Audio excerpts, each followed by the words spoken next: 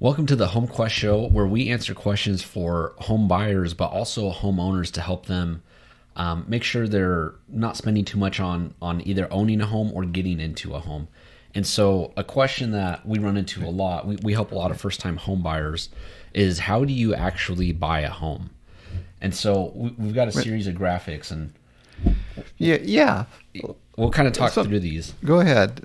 Well, and I guess before we go to the graphic, a lot of times, I think this is how a lot of people work when they're looking to buy a home. They start to kind of get some financial momentum. It might be a young couple, and they say, "Hey, let's think about buying a house." And then the first thing they'll do is start looking online on like Zillow or Redfin. Right. They're looking around. They're picking out a house, and they don't even know if they can qualify yet. They don't know what it takes to buy a house. Yeah. So we'll transition to this image, like, and it's the same thing. If you were buying a car and you just walked into a car dealership, like the dealership has all the power because you don't know what you qualify for or what like the average cost is for other people and all this stuff.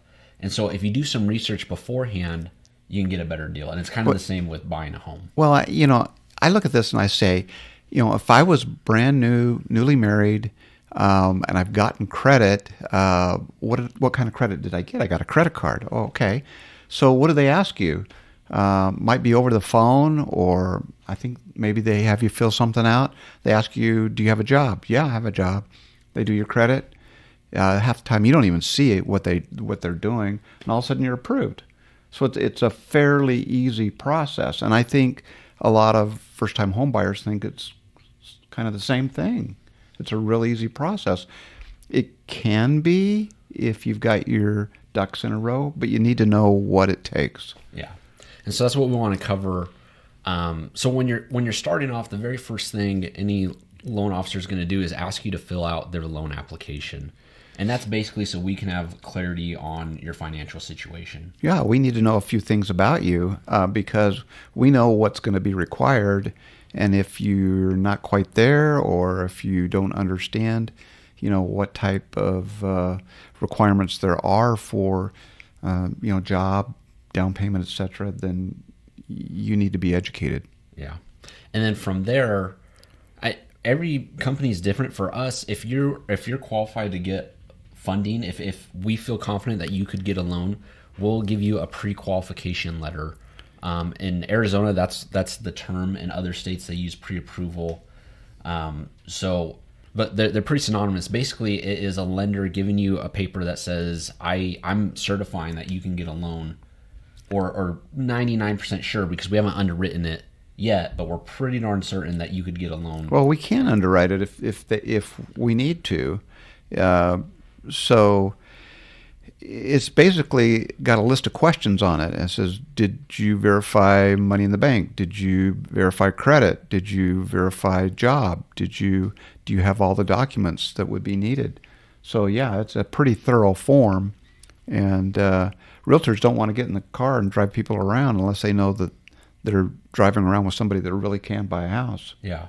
And so this form, the next step is you can now go home shopping. It is your license to make legitimate offers, because if you see a house that you like on Redfin or Zillow, and then you go walk through it and you say, "Hey, we'd like to buy this house," they're going to say, "Well, are you qualified?"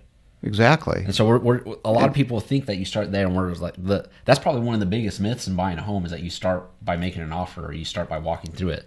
You start by seeing if you can actually buy it. Well, and let's go back to this Redfin thing.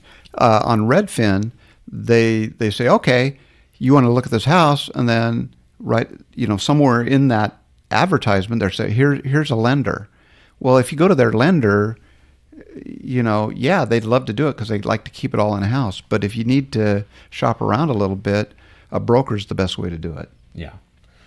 And so I'll go to this next slide, because this is the process. Is you talk to the loan officer, you get qualified, then you can go home shopping and start making offers on homes.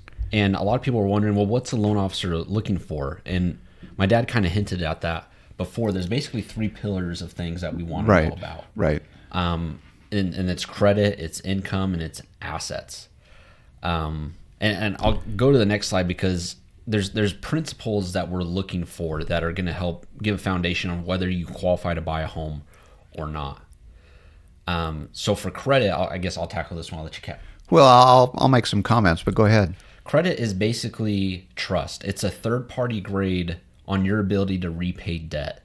And so the higher the score, the more trust that lenders are going to have in giving you a loan. Right. Not only that, they're going to give you better terms the higher your score. Right. And if your score is too low, then they won't give you terms at all. They say, we're not going to lend to you. We don't trust that you'll pay us back. Right. And part of that is, as Jordan said, there's better terms if you have a better FICO score. And some people think that all they need is a FICO score. Regardless of how much debt they have, if they've got a good FICO score, we can give them a loan. Well, that's not true. We need to know the full picture. We need to know what the FICO score and what their debt is, so we can get a picture of what they owe and if they qualify for the debt they have now and the house that they want to buy. Mm-hmm. And we've got a whole series on credit that we can break down things even deeper on how it works and how to build it, how to grow it, how to improve it. Yeah, we just want to give you an overview of what we're looking for. Yeah. So one, you got to have acceptable credit. The other one is you got to have income, and that is to show the lender that you can repay this loan. Right. Yeah. The income is pretty important because we're looking at the income and then we're saying, okay, if you buy this house, your debt is going to be this much. And then with your other debt, and what I mean is all other debt, credit cards, car loans, student loans, whatever you've got, we're going to combine those all together and say, okay, how much of your total income goes towards all this other debt, and do you qualify? Yeah. That's a real quick look at it. Yeah, it's a calculation. And the one thing I'll mention, I'm noticing my screen's not covering it all.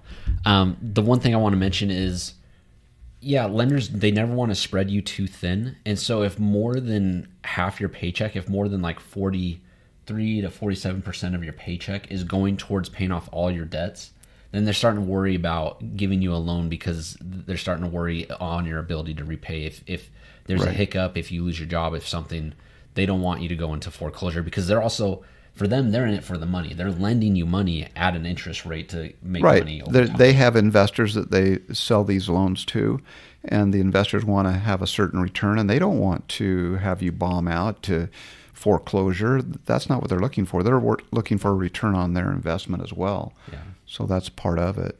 And then the last one is assets. And so kind of the income is the ability to, once you're in the home, to make sure you make your payments. The assets is a little bit of both. It's to make sure you have reserves.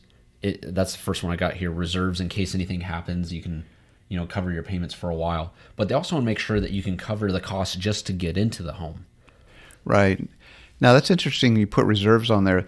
It depends on what type of loan you're looking for because some actually don't require reserves, but that's a good comment to make because some do. And as a loan officer, we can coach you on which ones do and which ones don't and why.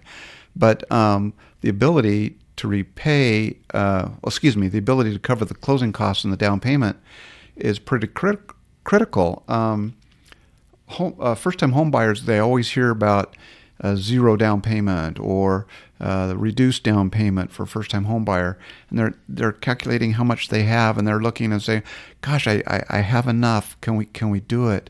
Well, they also need to know that there's more than just down payment. There could be, and there are closing costs. There's always closing costs, but sometimes those can be covered by the seller. That's legal, and so then the buyer would only need the down payment. Sometimes those can be covered a little bit by the lender as well. There's different ways to approach that, but you need to be aware there are some costs over and above just the down payment. Mm-hmm. And again, with the closing costs of down payment, if you want to know what your options are, there's every person's different. So we always recommend that you reach out to a loan officer and they can talk you through what your options are. If you're a first-time home buyer, are there programs to help you buy a home? Can the sellers help you out? There's so many different options, and there's a lot of different programs. There's VA, there's FHA, there's conventional, there's non-conforming.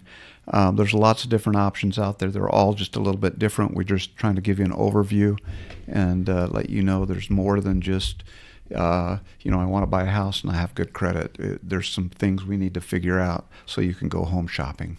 Yeah. So I'll go back to this slide one more time, that the process in buying a home starts with talking to a loan officer. It starts with finding out what you qualify for. Right. So that's going to wrap up our video for now. If you have any questions, please don't hesitate to reach out. Start your HomeQuest.